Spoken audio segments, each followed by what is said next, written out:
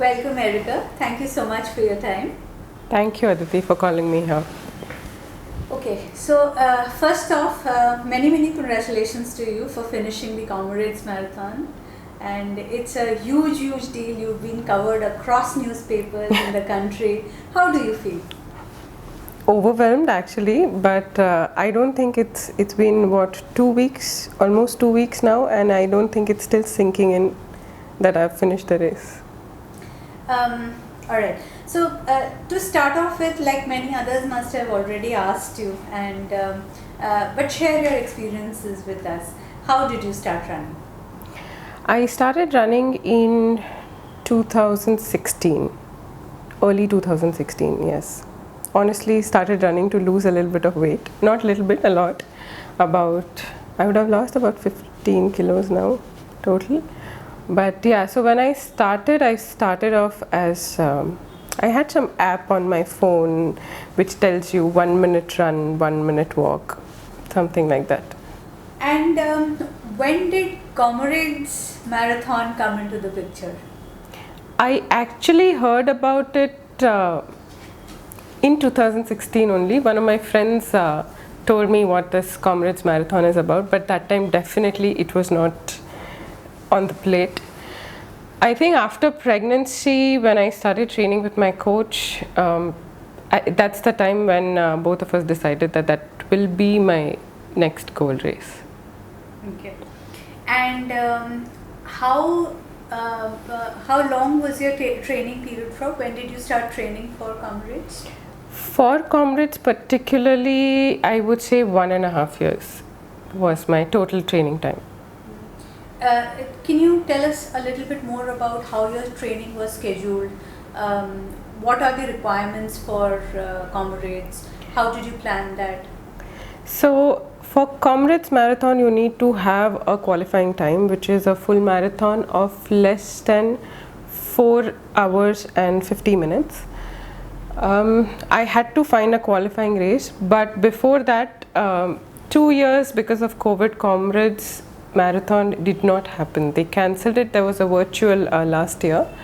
So ideally every year by October they announce the dates, but there was no announcement of the date. So technically I was training blindly, not knowing whether the race is happening or not, for almost 6 months. And then we had to find a qualifying race also in India, and there were no races happening. I think the first race that was announced was February 2022 Delhi Marathon. So I started mainly training for that. That race got cancelled 4 weeks before the race. They cancelled the race, and then somehow we found out about Jaipur.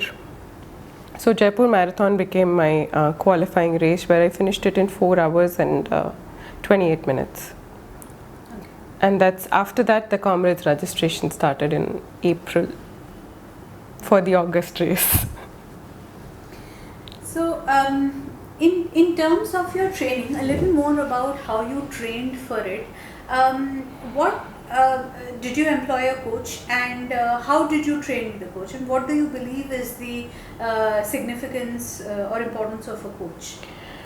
So I have been training with my coach since the day I found out that I was pregnant. I initially joined my coach, Lindsay Perry is his name. He's from South Africa. I joined him because he was an expert in training pregnant athletes.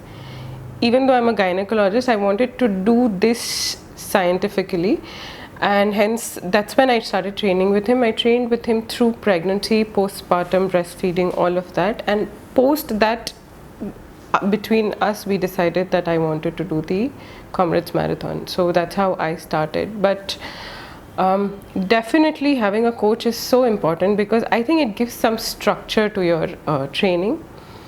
I feel I personally am more consistent if I have a plan to do it. And for something like Comrades, I think you definitely need a plan.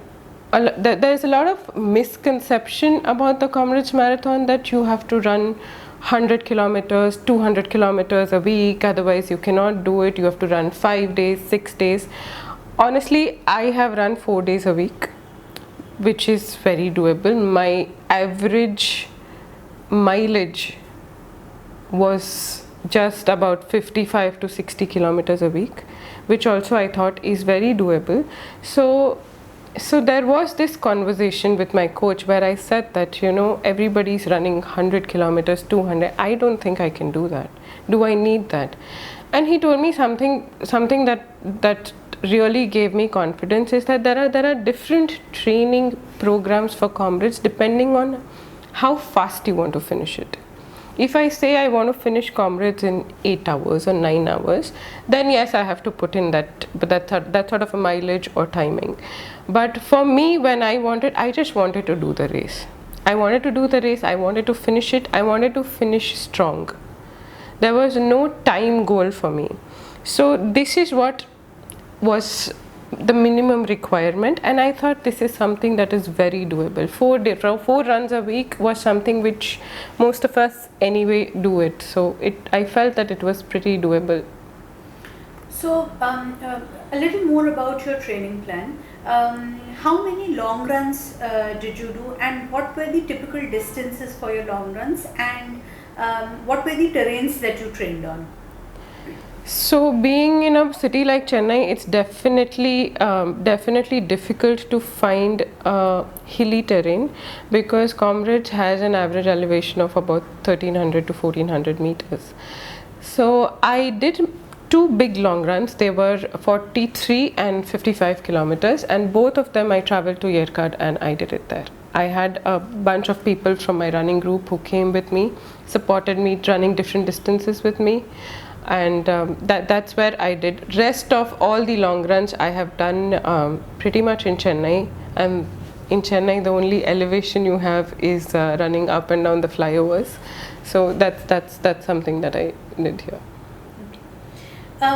There is a lot of conversation about you being pregnant and training. Yes. And so tell us about your experience of being pregnant and training for Comrades during that period, and how you dealt with some of the misconceptions around pregnancy training. So I think I had always decided that whenever I get pregnant, I want to run. I don't know whether that was something that I wanted, or I wanted to be an example for my patients, or if I am advocating something, I wanted to do it myself first. Either one of them, or a mixture of all of them. But so as soon as I got pregnant, obviously my gynecologist was on board with me. I am a gynecologist, my mother is a gynecologist, so a combined this thing. So because my pregnancy was uncomplicated, number 1 and the only rule of pregnancy running is you can do it if you were doing it before getting pregnant. So I fit into that criteria of people who are allowed medically. So I had all my routine checks. It was very frustrating, honestly, initially, because you have to become really slow.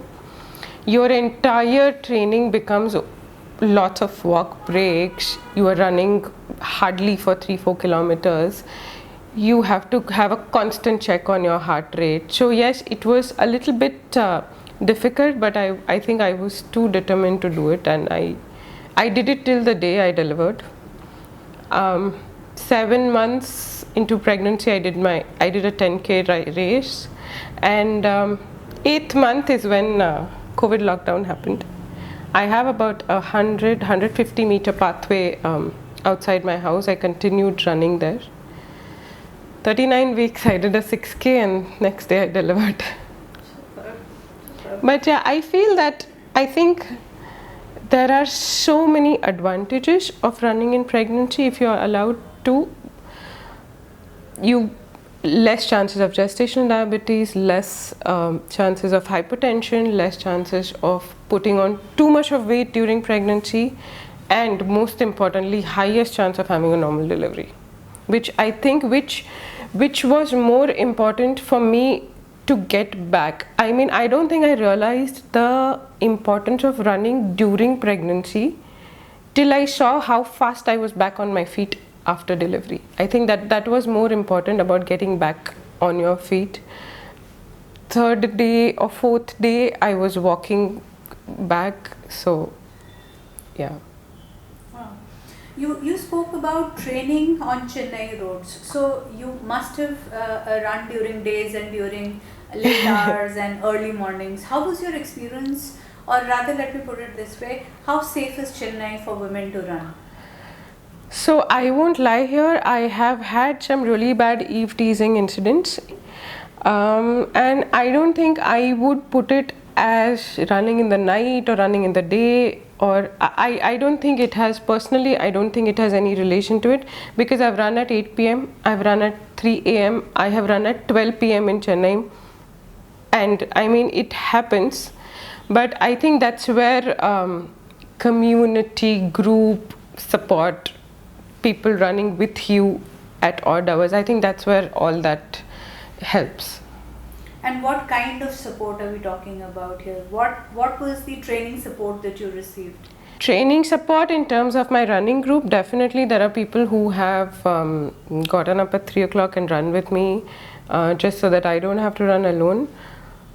I have done a lot of my runs by myself, and I've had, sometimes there was no one, sometimes I would have my driver follow me, and because Comrades training is actually a very solo journey in terms of everything, in terms of physical as well as mental training.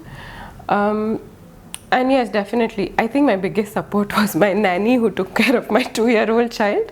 But yes, and definitely my family, because I'm leaving my child. He's now 2, so when I started training, he was just 1.5 years old. So they would keep them while I'm out there. A little more about the other challenges that you faced, were other than the safety. Is there anything that comes to your mind during the entire course of 1.5 years? That's a very long time to train. Any other challenges that you faced? Did you have any second thoughts while you were training?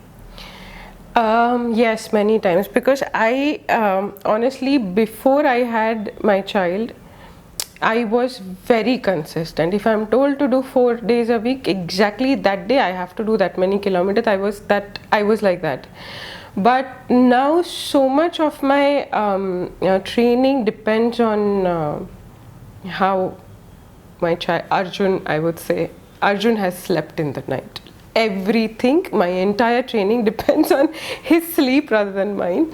So there are days when he's up all night. There were so many times when he was sick and I couldn't train for 10 days, and that guilt of not training versus that if you leave him and go, the guilt of leaving the child and going for training, it was always like a constant struggle between the two of them.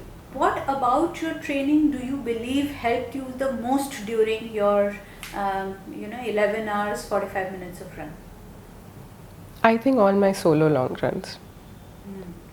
Running all alone without music, just by myself, I think that is something, because I think in Comrades you train well, you don't train well. I think it's your mind after some point. I even remember saying this, that I think after 65, 70, I don't even know whether I was running with my legs or with my head or my heart, or definitely it was not the legs, but I think it's all about the mental barrier that you have to break to finish this race.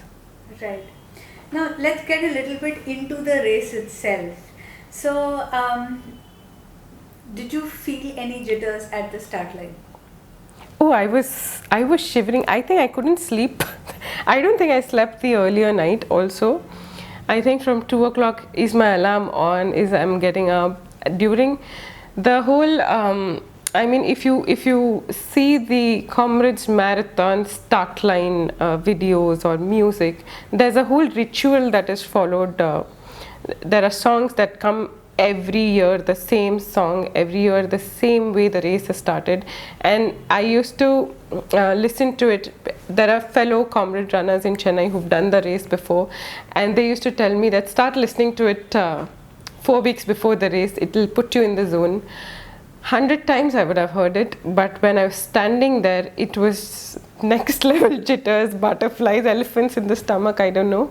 But because the race is is gun to gun. This is probably the only race I know that runs by the gun time, and it's 15,000 runners in front of you. The gun time goes on, you have to start your timer, and that's it.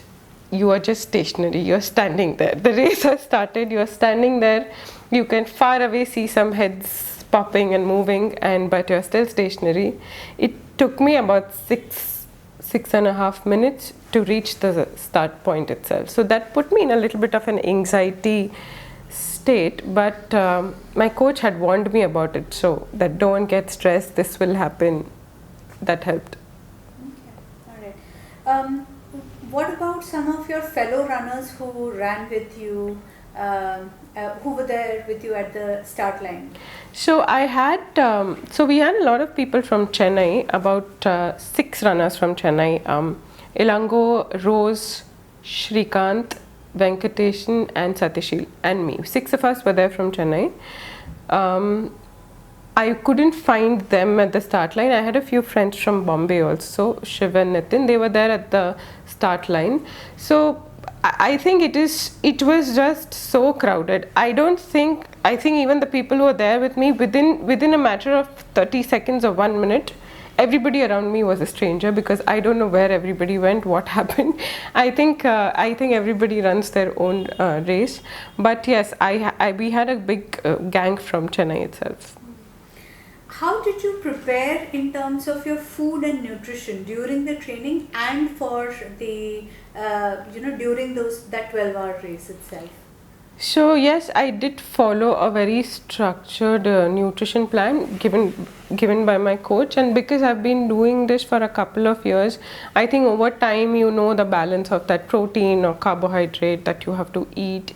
It used to be sort of a cyclical diet, that if I have a long run coming up, I'll eat more of carbs. I trained with boiled potatoes and fizzed out Coke, because that is what you get in the race to eat. They give you small baby potatoes that are boiled, pure carbohydrates. So I tried to use all the things that are given in the race. They are very particular. They sent a list of things that will be available at the aid stations. So that's what I used here itself, and I used some gels. Yes. Those that you carried with you. Yes. Okay. All right. Tell us a little bit about your experience during the race, from the start line to the finish line. So I think I remember till 60. After that, it's a bit of a haze. But when we started, I think it was 9 degrees. I was shivering. I'm definitely not good with cold. I think I was wearing 3 layers of 3 t-shirts, throwaway t-shirts, gloves, cap, another hat, too many things. So I think in the beginning it was only about overcoming the cold. But it was a little bit, I had a plan written on my hand about every 10 kilometers I need to be here at 10. So I think having something structured again keeps you occupied, because I know that okay, I need to reach here by this time. Started throwing away those layers. By about 45 I had thrown away all my layers, and then it started raining at 65. Chilled wind and cold. That probably was my toughest part in the run. It was at around 65, from 65 to 75, where I was shivering, I was cold, I was should I walk, should I run? I think that probably was the point where I had to break that mental barrier that no, I have to finish it. There is no question of giving up. And then I started running, and I think that feeling when you from the far away you see the stadium, the Moise Mahiba stadium where you finish, that I think that exhilaration was fantastic. You enter the stadium and there's about 200 meters that you run. There's an entire stadium full of people cheering for you. You can see the finish line, and yeah, that's a little bit about for those who are hoping to prepare and run the Comrades Marathon, what kind of expense does it involve? The tickets to South Africa were expensive, definitely. The stay, the food, everything else in Durban is quite cheap if you compare it to India. Probably I would say approximately total visa, this tickets, stay, food, about 2 to 2.5 lakhs it would cost per person, yeah. Okay. And how has the Comrades Marathon changed you as a person? I think it's definitely toughened me, because during all of this training, pregnancy, breastfeeding, signing up for Comrades, there were as many supporters, but there were definitely people who were not quite happy. There are definitely people like, how can you run in pregnancy? How can you run while breastfeeding? How can you think of Comrades in 2 years of pregnancy, or you've just done one full marathon, how can you think of it? So I think it's more about believing it yourself. I think it is definitely very important to have a coach or somebody else who believes in you also, because sometimes this training is mentally so hard that there are so many times during training that you feel, I don't think it's meant for me. And this is where you will always have friends, coach, mentors who believe in you, and that is where they play the role that no, you don't talk, I know you can do it. Any last words of wisdom for those who are aspiring to run the Comrades, especially for women runners? First of all, I think after doing it myself, I don't think we should fear this race.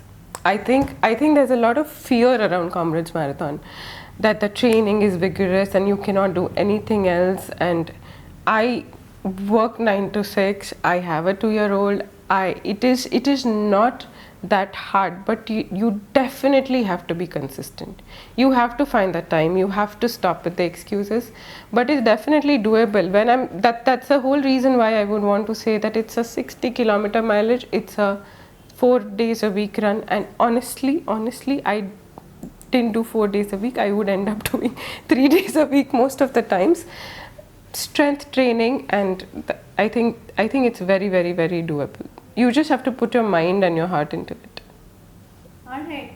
So it was great. Thank you so much for all the good words that you have said.